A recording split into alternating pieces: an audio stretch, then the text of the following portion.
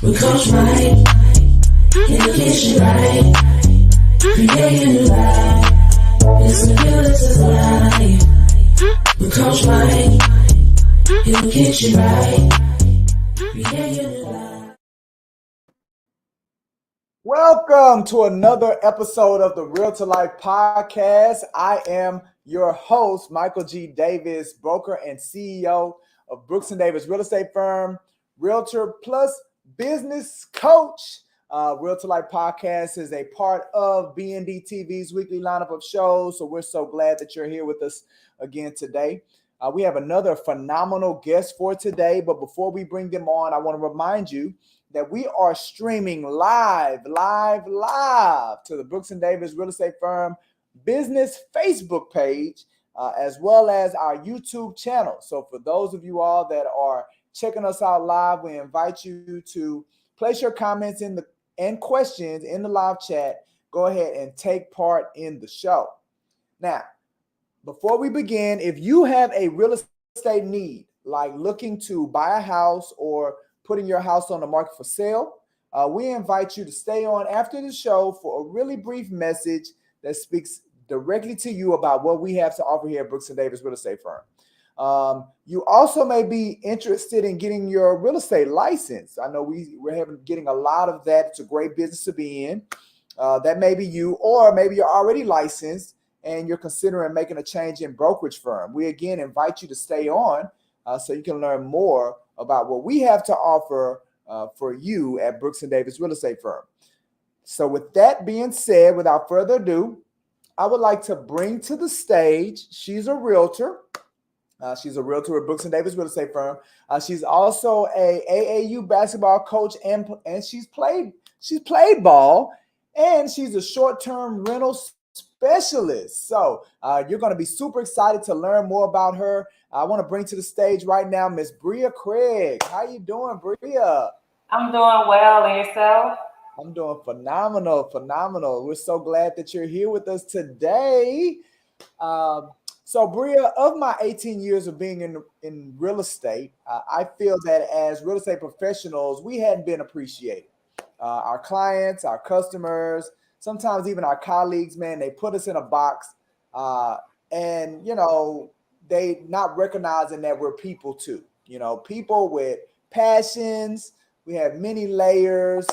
So I wanted to create a platform where real estate professionals like yourself could come on and showcase the many passions that you have in addition to being in the real estate. So that's what the Realtor Life Podcast is all about. And when we being a realtor and business coach, we do a little bit of coaching, right? It's great to have a fellow coach here with me on today's show. All right. So before we get started, I know once they hear about you, Bria, they're going to want to be able to connect with you digitally. So where can the people find you on social media? So my Instagram would be b.tranice. That's TRANIESE. I also have a business Instagram page that is Lux Locating Houston, and that is my apartment locating page. And you can also find me on Facebook at Bria Craige, and that's CRAIGE. Okay, so look, I'm going to your Instagram right now to make sure that I'm following all of them. All right, so I got b.tranice, so I'm following her already. And what's the business? It's Lux Locating. That's LUXLOCATING,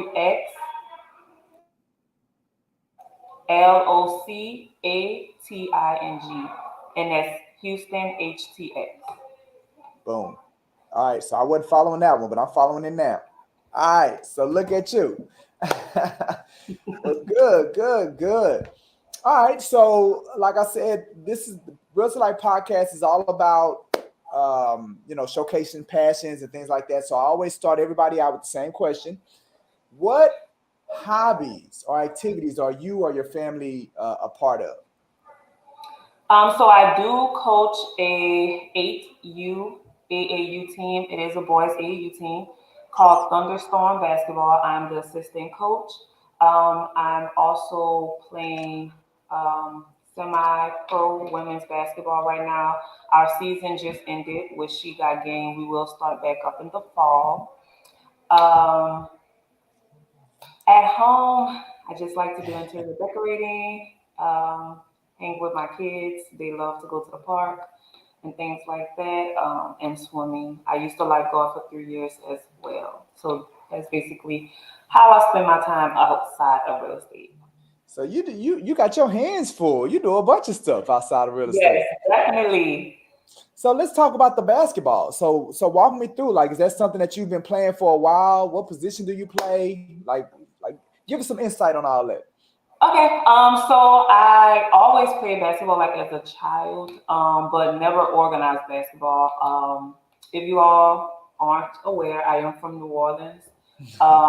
When I originally came to Houston, it was after Katrina. I was only out here for 2 years before moving back home. But while I was out here in middle school, I just got into basketball with PE. The coaches realized that I kind of had a little skill and asked me to join the basketball team.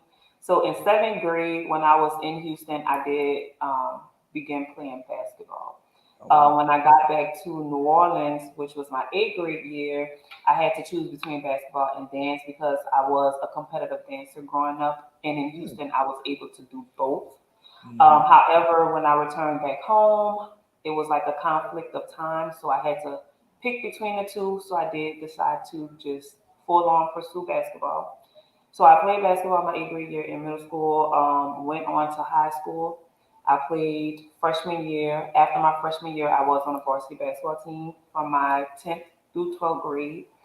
Um, Went on to college. I pursued my education, academic scholarships. So I attended LSU. Um, then while I was at LSU, my sophomore year, I started playing intramural just to get back into the sport. Um, Became a mom. Stopped playing for like 4 years. When I came back to Houston, I moved in December of 2019.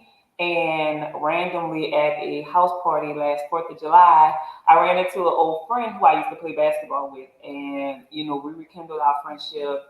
We started playing in like women leagues out here, just getting back into the game and things like that. She presented to me that she had an AAU team and she needed an assistant coach, and that's how that came about. We found out about She Got Game at the end of last year once we finished a league that we were playing in, and then that's when we registered into She Got Game, which is a semi-pro women's league. They do have leagues in about 8 different cities. I know they have one in Memphis, Nashville, Las Vegas. They have a few up north. This year was their first season in Houston, so hopefully it does expand to something great. All right. So with the season, how many games do you all play? So with the season, we had 8 games, then playoffs. So we played every week for 8 weeks, and then we had our playoffs. All right. Well, how were y'all? Were y'all pretty good? So we finished the season number 2. Okay. We did lose in the playoffs, Oh. unfortunately. Yeah, so second playoff game, we had like 4 of our players out. Um, 2 of the players were starters, so it was just 3 of us, plus 2 of our bench players, and the chemistry just wasn't like it is when we have, our yeah. full head lineup. So we fell short. We lost by 1 point. Ah, Yes. So we lost by 1 point. It was actually a really, really good game. yeah. Yeah. But next season we come in, we'll be Ready to ready. go. Yes. So what position do you play? So in high school I was a power forward. I Mm, still play power forward, but now I'm more considered like a small forward. mm. I'm a shooter. You may find me on the block in the paint if it's a mismatch in size, but 9 times out of 10, I am running baseline looking for a short corner shot. That's about it. You ain't in it. You ain't in that paint like you used to be, huh? That body don't hold up No, like not you used to. sometimes. I get in there. You Some bang. people, yeah, sometimes I have to go in there and show them what I can do. But 9 times out of 10, because they're not expecting me to be a shooter, Hmm. I'm always short corner looking for a Yeah. quick pass and shot. That's Ooh. my game all day. So now this half court? Or is this full court? We play full court. Woo, running up and down that court. Yes, we play two 10-minute halves. Hmm. So yeah, no, I'm sorry, two 20-minute halves, full court, Okay.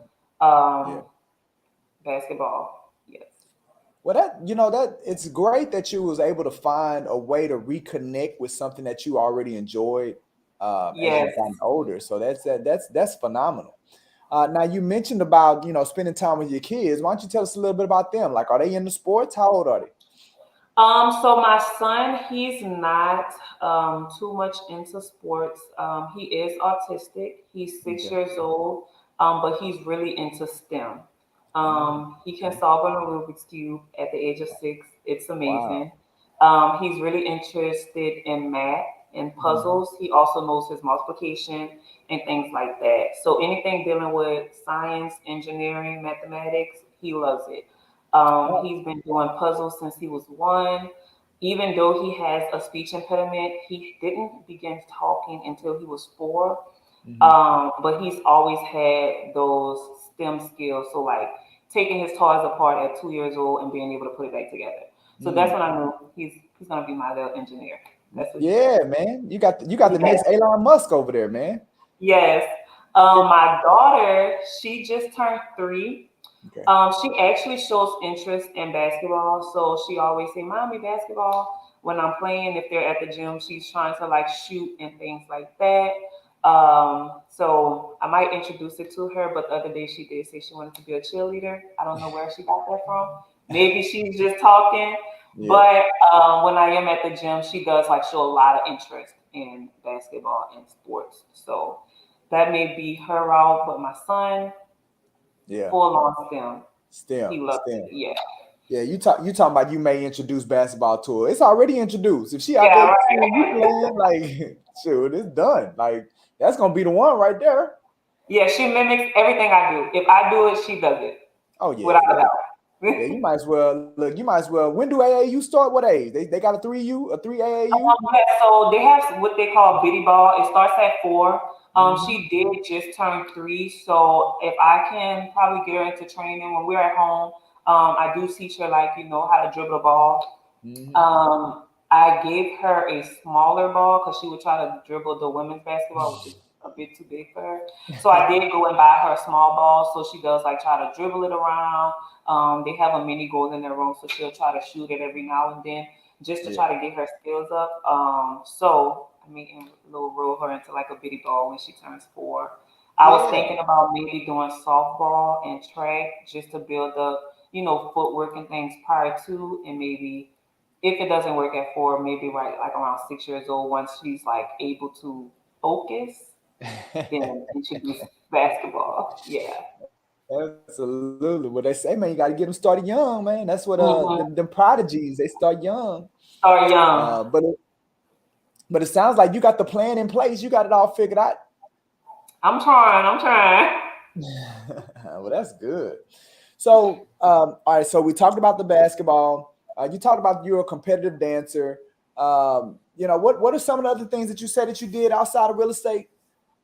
So I used to lifeguard. I was a Mhm. lifeguard for 3 years. That was something I just like stumbled upon, but I enjoyed it. I really did. This isn't the same heat that I lifeguarded in. I don't know where this heat came from. I don't think I could do Yeah, it. yeah. Yeah, I don't think I can do it now. Um, but I used to lifeguard. I love interior design. Growing up, me and my mom would watch like HGTV, Flip This House, Extreme Makeover, Trading Spaces. Like we would watch those shows all day. So that's really what introduced me into real estate.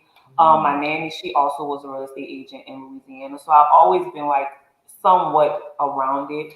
mhm. But growing up, I would always watch those shows with my mom, and I would always say like one day I want to get a house and flip it and just do a full off turn on it. So that is a goal of mine That's to the get goal. into like house flipping, just for the experience. I do want to maybe like get my own construction company because I want to be on both ends. I am interested in construction and designing as well as like the real estate end of things. So why not do both? Hey, Um, yeah, so usually when I'm like completely free of time, I will sit in my house and decorate. Saturday, I had nothing to do, so I painted an accent wall in my home, and it came out really good. But that's what I like to do when I'm like completely free of time. I'll decorate all day. You like, I ain't got nothing to do today. Let me just go adjust something in my living space. Yeah, let me go adjust something. That's good. So, have you ever considered offering your services, interior decorating, things like that? People come pay you to do that stuff for you?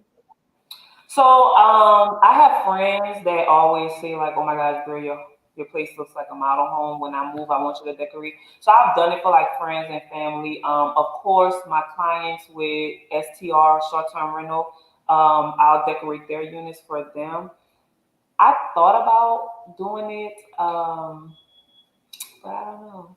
Maybe that can be a thing. Why not? I mean, you like it so much. They say when you love Yeah, doing what you do, you never work in a day. You never work a day in your life when you love doing what you do. definitely. Yeah. So, I mean, it's a great segue into the STR. Why don't you talk to us a little bit about what you do with that, and how you got introduced to that part of real estate? So I've always been within the multifamily realm of real estate. I started with multifamily when I was in college because I needed a place to stay and I didn't want to pay rent. And I didn't want a roommate in a dorm. So it was a lot of I don't want. So I Right, had right. to figure out how I'm gonna get what I want without having to do all these other things. So I was first introduced to student housing. So when I went to LSU, I applied for a position as what would they call a community assistant, which Mm, in conventional housing, it's just the leasing agent. mm, So as a community assistant, you did get a free apartment and you worked in a leasing office leasing units to students. mm, So I did that. I really liked it and I was actually really good at selling. mm, I was top leaser at my office that I worked at. mm, So I enjoyed those things. After I worked with student housing, I went to conventional. My first conventional property was like a D class property. Oh, wow. Like y'all, it was bad. I can't make this up. It was bad. I went from this nice student housing complex with all these lavish amenities to this D class conventional housing, and it was like I learned a lot. Like I learned a lot. It was completely different. Of course, student and conventional is different, but Yeah. especially when the classifications are different. Mhm, I learned a lot as far as like dealing with hostile tenants, being able to know the difference between a true concern and objection, mhm, being able to, maneuver through problems, things like that. So after that, I went into teaching because that's what I went to school for. So mhm, I actually was a high school English teacher. mm. I enjoyed it, loved my kids, but I began to feel idle. So I Mhm, felt like I was like, it was just basic routine. I was going to mm, work, doing the same thing, lesson plans. Like I wasn't expanding myself as far mhm. as my education and different things. So it got boring. Yeah. So I was like, I really missed like property management and real estate. Like every day was something different. Like Yeah, I right. would walk in the office and I never knew what to expect. So I left the school and I got into commercial real estate. I never did commercial real estate before. I was an assistant property manager. I don't know how I got the job, but it was different. I was there for a while, and I up and decided to come to Houston just because the economy back home it's declining, Mm, and it was luckily, I got out right before the pandemic because it was mm, December when I moved to 2019. mm, Um, but the economy was decreasing really bad, and I just felt like I was doing too much to stay afloat when I really felt like it shouldn't have been that hard, mhm. especially with my line of work. Yeah. So I up and moved to Houston. I came out here, interviewed right before Thanksgiving, came back to New Orleans, offered the job. I was like, I could be there in 5 days. I literally moved 5 days with the Wow. kids. I was like, can I get an apartment? Because I don't have family out here. He was like, yeah, we can work you in an apartment. I'm like, cool, I'm coming. Uh, Wow. and I figured it out from there. Yeah. So working in leasing, I just started networking really. Mm, At this point, I still knew nothing about short-term rentals or rental arbitrage. I was really getting heavy into the leasing aspect of property management. So the Mm. company that I was working with when I first moved out here, I hit top leaser in 3 months. I outleased the company from last year's top leaser within 3 months. So they Wow. decided to promote me to leasing manager where I had two properties and I would oversee the leasing agents at those two properties and basically train them on sales and things like that. Yeah. One thing I learned from that property that I really appreciate was the courses we took with Grant Cardone. Are you guys familiar with Grant Cardone? Yeah, yeah, He's a yeah. I'm master with you. seller. Yes, and I really enjoyed the material that they gave us. So we would have to watch and train on Grant Cardone every day, and it really helped me with sales. Yeah. Um, so once I left that company, that's when I started hearing about like short term rentals on social media. So I Mm. started seeing all these like sponsored videos of people like, do you want to rent out your own property without rent out your own property without owning it and things like that? And I'm like, what is that? So that's when I started looking into that. I had never heard of Airbnb prior to Verbal. Like I've never heard of those things, and Mm. that's because it's really not that big in Louisiana. Yeah. And that's what I mean when I say like the economy is just not the same. So Hmm. when I got out here and I started hearing all these things, I'm like, well, let me dibble dab into it and do some research. So I always loved multifamily. Like that's where my heart is. But it's just so far that you can go with it. Hmm. So I was like, let me, you know, lean into maybe becoming a licensed realtor and just focusing on rental. Mm. So basically the best of both worlds. Yeah. So started doing research, seeing the requirements to get licensed out here. I got my course with Aceable and I finished my course in 3 months. Passed my test first time. Boy, I Uh, tell you. yes. So once I did that, I began. Prior to, I started like doing research on like apartment locating and things like that. Again, something that they do not offer in Louisiana. Never knew what an apartment locator was. Hmm. Um, so once I got licensed, I'm like, I'm doing apartment locating. Like it's literally just leasing an apartment on a bigger scale. I'm Yeah. like, if I could get 10 leases sitting in an apartment office with one property, why can't I get 10 leases when I have access to every property in the city of Houston? Yeah. Like, Yeah. right? Not that easy.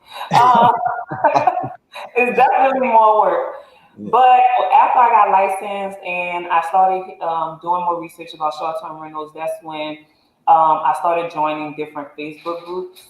Once I joined those Facebook groups, that's when I just started reaching out to different people that had their own short-term rentals out here, just looking to see if they're looking for someone to manage it and things Hmm. like that. I thought about management because, of course, I was in property management. I Right. worked in multifamily. So, how hard is it to manage someone's short-term rental? Like, I know the ins and out of property management, and now Hmm. I'm licensed, so I know the ins and out of the Texas real Hmm. estate laws. Yeah. So, reached out to a few people, spoke with some individuals, let them know of like my background knowledge, things like that, and um, surprisingly, I actually was a little more educated on it than other people. Right. And after like building on my clientele, getting my first rental, and just trying to coach them on the property management aspect, Hmm. um, that's how I'm able to go so far. Especially also in real estate, when it comes to property management, they're overlooked. And a lot of people don't understand when you have that property management background, sometimes it makes real estate a little easier. Like Yeah. it makes it much more easy. Yeah. So that's how I was able to, succeed so well in managing short-term rentals because I do have like that property management background. I've dealt with different clientels. I know how to asset different issues. I have vendors. Like I have Yeah. access to vendors. So if something goes wrong in your unit and if you have an apartment, of course you can have maintenance, but sometimes if you don't have access, I can get those things done. I have Right. clients who own homes. A lot of times you have clients that own homes and if something go wrong, they're just like going on Google to find a contractor. Well, given that I have experience in property management and I build up my own vendor list, I'm like, oh, I have a vendor that does plumbing. I have a vendor that does this. I can call them. We can set them up. get a quote, things like that. They could come fix it right then and there.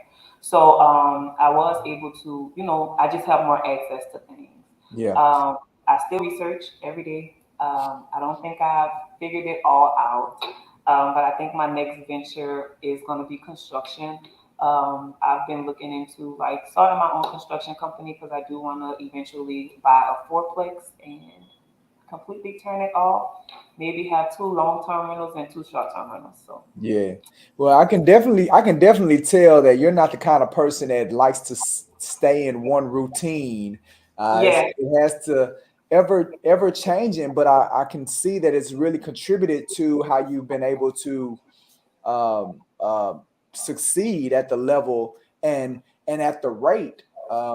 It seems like you're very curious, and yes, there's an energy that you're able to create through your curiosity of wanting to learn new things and grow. So uh, that is definitely. that is phenomenal. Well, before I let you go, the one thing that I always like to do is, talk a little bit about any challenges that you may be dealing with right now. Maybe through our conversation and dialogue, you can help somebody in our audience. So, what challenge or challenges are you having right now as it relates to real estate, or even as it relates to life that you'd want to share with us?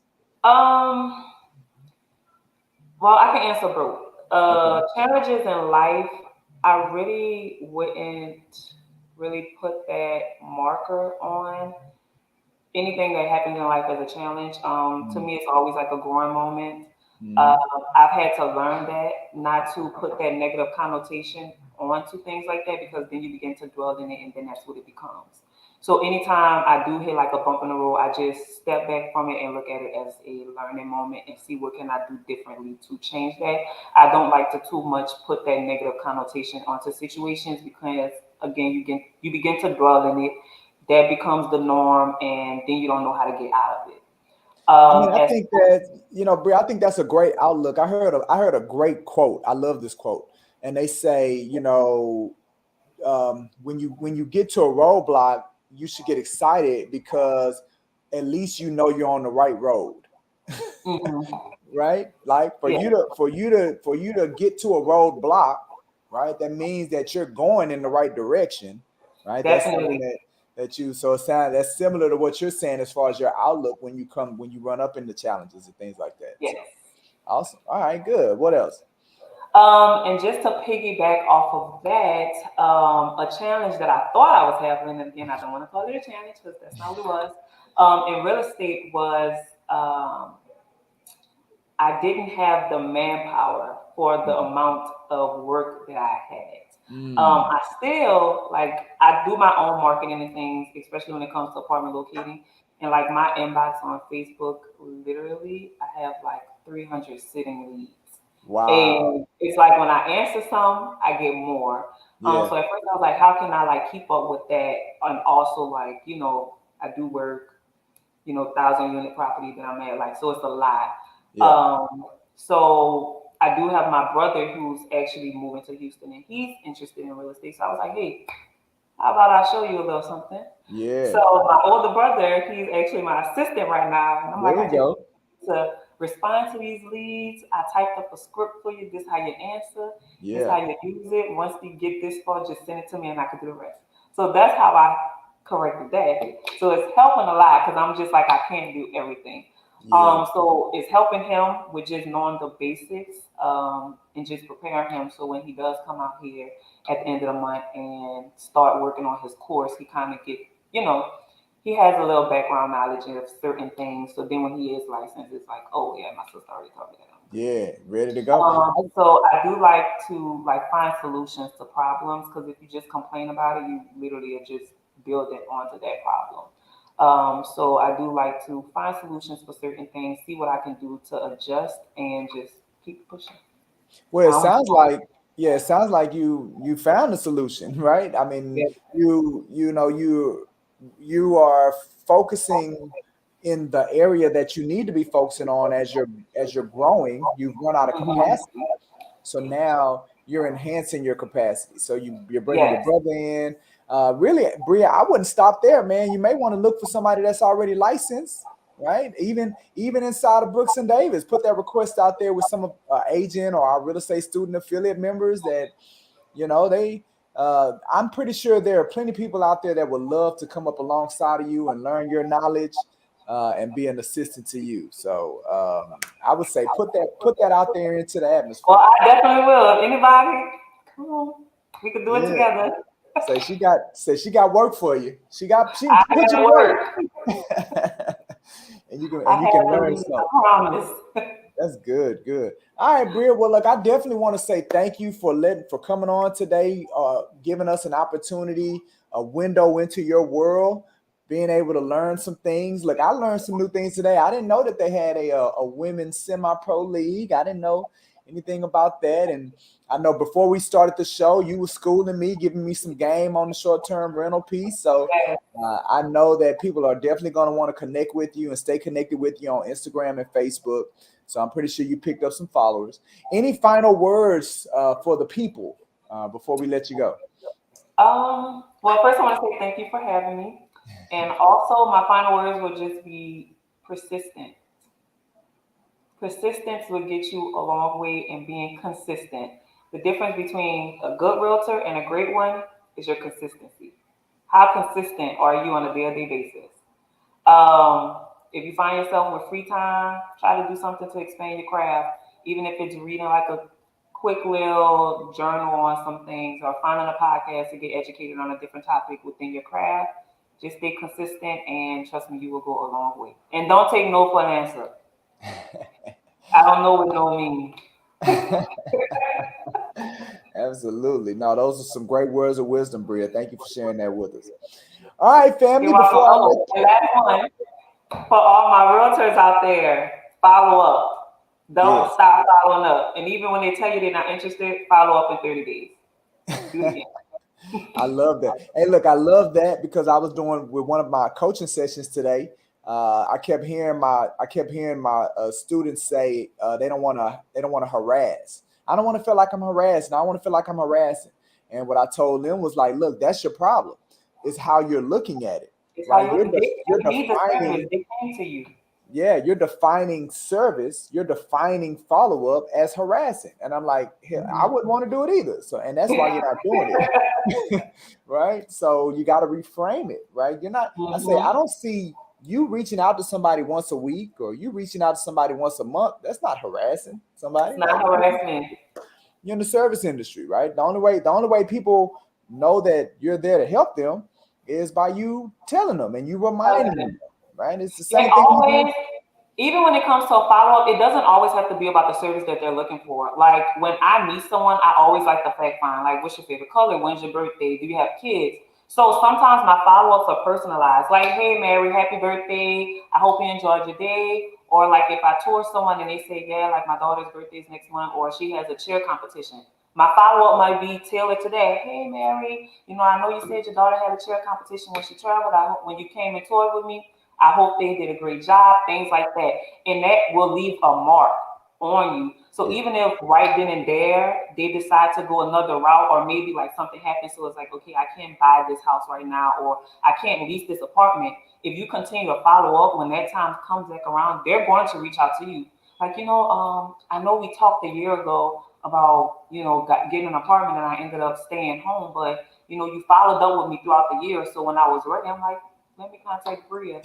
So just make it personalized, and you don't want to make it seem as if like I'm just contacting you for a service. Like I want to help you. I want to be of an asset to you. Like I don't want to feel like, oh, I'm just trying to get a service, get my commission, and go about the day. Even once I move my clients in, I still follow up at least 3 times out the year. 30 days, how's your new home? 60 days, just seeing how things are going. And then 30 days before, just another follow up, I might send like a blast email or something during the holidays just to let them know like you're more than just a client, So that does make a difference. And then you start getting referrals. A lot of my clients are from referrals, like, oh, such and such gave me your number for this service because you laid a mark. And now it seems like I'm not just trying to sell you something, I'm trying to build a relationship that's lasting. Well, Bria, you better watch out. I'm gonna bring you in here to do a training on follow up, girl. You better stop. You should. You should. All right. Now look, I'm gonna get with LaShavy. I'm like, hey, you better go ahead and book Bria. You Bring her should. in and start I teaching love these ladies. following up. I love it. Good. All right, well, Bria, look, I really appreciate it. Thank you so much for spending time with us today. Thank you. I appreciate it. Y'all have a great day. Absolutely. All right, guys, before I let you go, just want to give you an idea of what we have coming down the pipeline. So again, had another phenomenal guest, Ms. Bria Craige. Shout out to her and all the gems that she was able to give us today. Tomorrow, we're continuing our digital marketing strategy series. We're going to be talking about how to utilize flyers in your digital marketing. We're going to be learning about how to trigger interaction with your brand and using innovative methods in creating flyers, as well as reinforcing your brand with the use of flyers. Digital marketing is key in this business as real estate professionals. So that's why we're taking our time and we're spending a lot of time going through digital marketing, not just social media, not just video. We're talking about all of it, because all of it requires a strategy when you're trying to achieve a particular goal. So that's going to be tomorrow, July 13th at 12 o'clock. Digital Marketing Strategy Series continues. Make sure you go to the events page at www.brooksanddavis.com to reserve your spot so you can get all the information. And then on Thursday, we are having Miss Chantel Frolick. She's with Fidelity National Title. She's going to be coming in on Thursday. That's going to be at 12 o'clock as well. Make sure that you reserve your spot. We get a head count because food will be provided. Learn how to access the app that Fidelity has. It is the #1 closing cost app. So Chantel's going to be talking to us about that. She's also going to be talking about how to get guaranteed accuracy, honesty, and efficiency with your client's transactions. We know that those are very key when we get into the nuts and bolts of a real estate transaction. We definitely want to have partners that are accurate with us, that are honest with us, and that can move quickly, because has been kind of a big theme these days at Brooks and Davis is that time kills deals. So if we can speed that process up, it's better for everybody. And then she's also going to be talking about some customized products and services that she has access to with her clients. Finally, we're going to have us a study hall on Thursday. We know that study hall is a phenomenal event to take part in because it gives us an opportunity to, just probably utilize, tapping into the brain space of some of the leaders of the organization. It's a great way for our real estate student affiliates and mentees, as well as our dual career agents, to engage with leaders of the organization. Also in our study halls, you're able to learn the basics of real estate, as well as get prepared to take that real estate exam. So that's going to be on this Thursday, July 14th, 6 o'clock. Again, you have to be a part to take advantage of our study halls. If you're not licensed, you definitely have to be a part of our real estate student affiliate program. You guys can learn all about that at brooksanddavis.com. So make sure you visit that. All right. So with that being said, again, had another phenomenal guest today. Shout out to Bria. Make sure that if you have a real estate need, like looking to buy a house or putting your house on the market for sale, maybe you're interested in getting your real estate license or considering making a move to a new brokerage firm, make sure you stay on right now for this very special message. This has been another Realtor Life podcast. I'm your host, Michael G. Davis, broker and CEO of Brooks & Davis Real Estate Firm, Realtor plus business coach. Looking forward to coaching you into the cosmos. It's time to take off, baby. Make it a great one. Hey, this is Michael G. Davis, CEO of Brooks & Davis Real Estate Firm, LLC. I am also a Realtor plus business coach.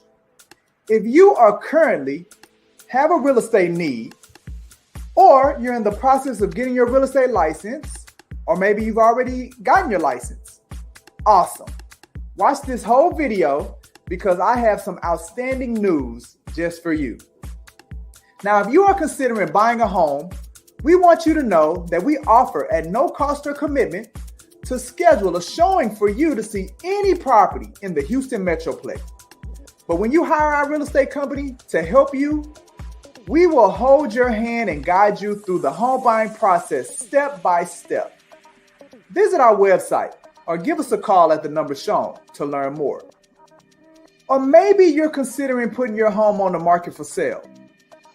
We want you to know that we offer at no cost or no commitment a couple of things. First is a free neighborhood buying and selling activity report for your home. This report will show you the amount of buying and selling that has taken place within your neighborhood within the most recent 6 to 12 months. All we need is your mailing address and email address to get the report over to you. We also offer at no cost or commitment a free in-person property condition home evaluation. This is where one of our real estate professionals will come into your home and give you recommendations and advice on what changes to make to the condition of your home and talk with you about how these changes could help sell your home faster and/or for more money. But when you hire our real estate company to help you sell your home, we will put your home in front of more active home buyers than any other realtor. Just visit our website or give us a call at the number shown to learn more. Finally, if you are in the process of getting your real estate license or with a brokerage firm and thinking of making a change, we want you to know that we offer at no cost or commitment for you to be able to attend any Brooks & Davis real estate firm training or event.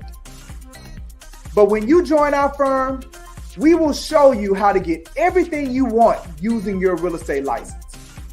And what we believe real estate professionals want are an outstanding quality of life, the freedom of having options, and the ability to pursue what makes them happy. Visit our website or give us a call at the number shown to learn more.